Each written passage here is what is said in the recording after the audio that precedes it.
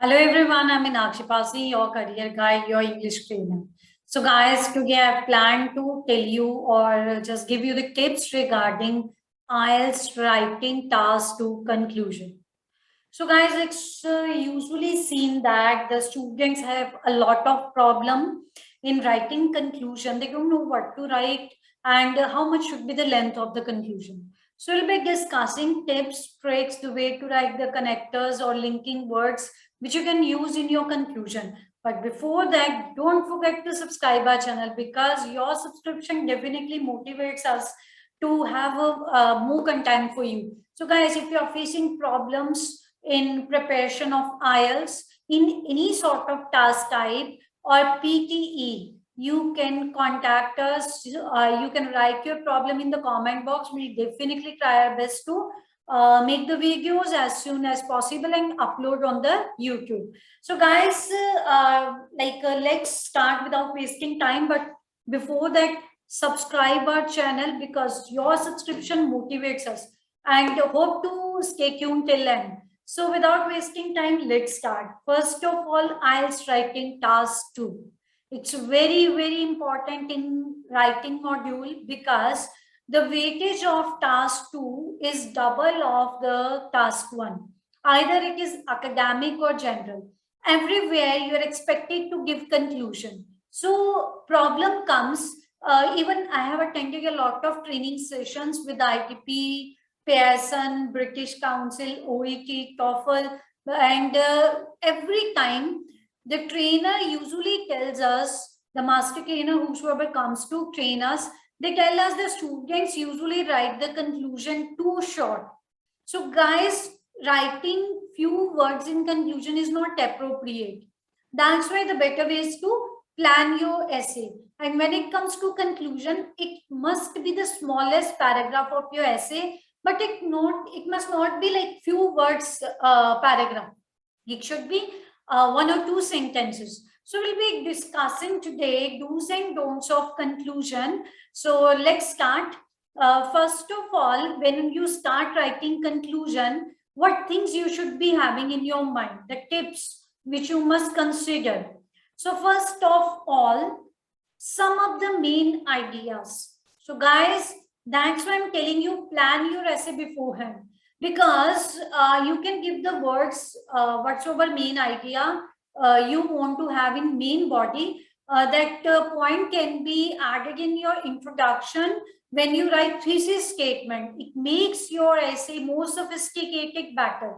And that point or those points, whatsoever you have discussed in main body, should be sum up in the conclusion. So these should be repeated. Okay, so idea should be repeated. Next, avoid new ideas. Whatsoever ideas you have mentioned in main body, it should be repeated and no new idea should be there in conclusion. It's very important because when we are going to end something, we are not going to introduce something. So that's why it's worthless if you give new point or new idea in your conclusion, which can be expected in main body or which can be expected a bit in brief in introduction also and with explanation in main body, but it is not expected in conclusion. So keep in your mind, you have to avoid new ideas. Next point, avoid the repetition of the language. As I say, repeat the idea, but whatsoever sentence structure is there, whatsoever language you are going to use, it should be having variety. The structure of the sentence should be different. You can use synonyms, you can paraphrase in writing conclusion, though the idea is same. So next is give your own opinion. Guys, clear-cut opinion, clear-cut answer of the main question. It should be there. Because if you do not give your opinion, so your conclusion is absurd somewhere. It will not fetch more scores for you. Though score can be given, we can't say that there will be zero, but still the score in IELTS maybe it's a 5 band, 5.5 band. If you want to get 6 plus, 7 plus, 8 plus or 9 bands, you must give the best conclusion You must give your clear-cut opinion. Where do you stand? What do you want to exactly say? Yes, one more thing, suggestions are welcome. Though these are demanded in introduction or sorry, statement or not, but these can be given. These are acceptable. So guys, these things you have to keep in your mind. And last bit, very important thing, the linker. You can use simple words in conclusion, to conclude, to sum up. You can stick to only these words only, and no need to have a more like a tough vocabulary or any word which we can't use properly. So guys, usually I've seen students write in the nutshell. Now I have not mentioned in my presentation part, but students write, first of all, it's incorrect from grammatical point of view. It's in a nutshell, not in the nutshell. Second problem, it's informal. That's why we do not recommend students to use it. So let's consider the things which should be avoided in conclusion. I reckon in the end, all in all, generally speaking, finally, lastly. Why these should be avoided? Because these are informal and you are going to write formal essay. IELTS academic exam is formal. So you must give formal explanation. You must be using formal words. Otherwise, indirectly, these will affect your score. That's why I'm saying you to prohibit these things. So guys, let's understand the conclusion with the help of example. So the statement which I'm going to take an example, and afterwards I will be showing you the conclusion also. So first of all, some young people are leaving the countryside to live in cities and towns, leaving only old people in the countryside. Do you think this is a positive or a negative development? So guys, here, leaving the countryside here means the village area, rural areas. So people are in a race to live in cities and towns only because facilities are there, life is full of glamour, nightlife is there in mega cities or metro cities.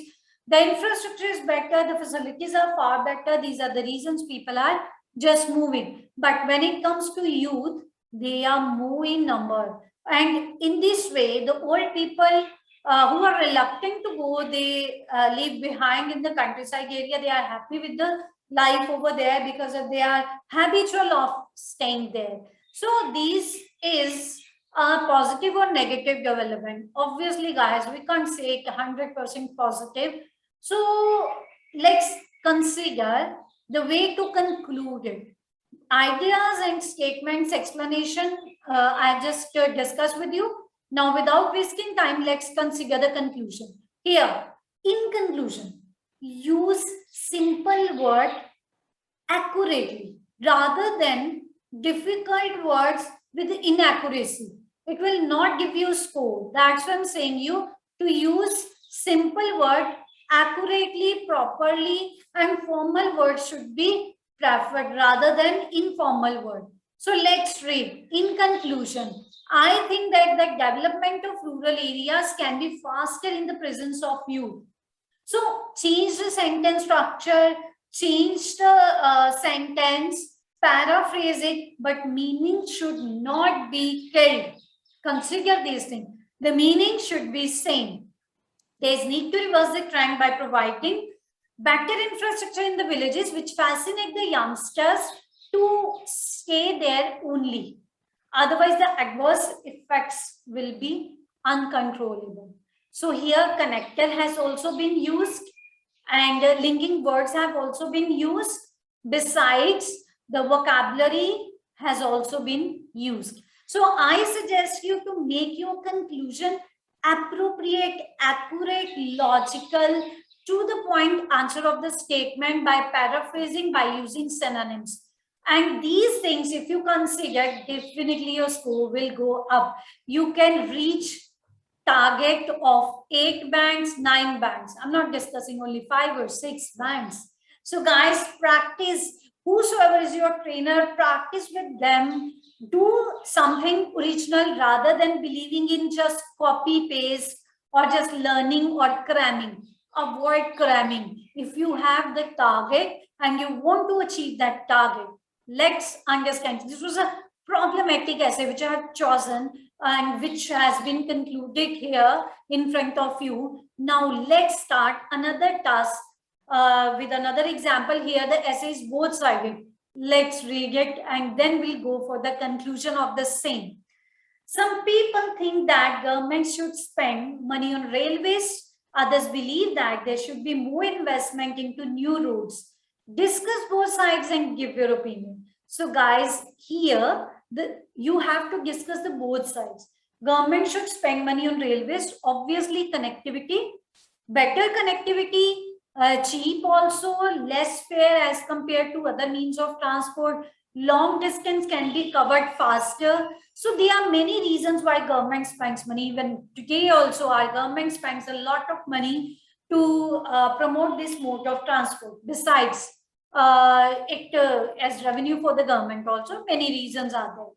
So it gives comfort to the people also, not only passengers, but there are many carriages or many trains which carry goods from one place to another also, because import export may be state level or maybe country level. If country level service is there, then it's obviously okay. So these are the main points we discuss about the new roads. Obviously, these are the need of hour because crowded areas are there.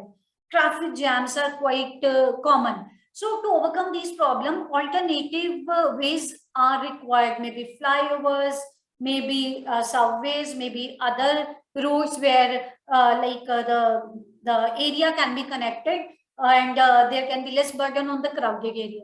So there are many reasons. Now let's discuss the conclusion of the same. Here, in conclusion, or you can write to conclude, it seems more formal. I think that there's need to focus on the development of the infrastructure, which must not be confined to railways only. So infrastructure is not only railways, it's roads also, many other things are added also. The planning can be made as per the need of the hour. Moreover, the investment should be made wisely, it should not be wasted. So that is again appropriate way to conclude, the ways which can be adopted, because both the sides are there. Balanced approach is acceptable, guys, when it comes to discuss both sides. You are not confined to discuss only one side. Rest it depends on the task type or the question type also. If your question demands balanced approach, you can give balanced approach in your conclusion. Make your conclusion appropriate, use linking word in conclusion, to conclude, to sum up. And one connector can also be added if requires. And your conclusion should be 2 sentences or 3 sentences. Do not write only one very lengthy sentence which is unable to understand, and the examiner has to read more than one time to understand what you want to say. Definitely, if examiner reads it more than one time, so obviously somewhere if he does not get the clarity, it will affect your score. That's why I'm saying you to just make your conclusion appropriate. So guys, that was the class for today. I thought to utilize my today's time to making conclusion slide for you, conclusion of the essay, the way you have to write the conclusion. And this conclusion is not only for IELTS, wherever you go in any competitive exam, it may be PTE, maybe another any other language exam, you can write your conclusion like this one. So guys, if you have any question, any query, you can mention in the comment box. We'll definitely try our best to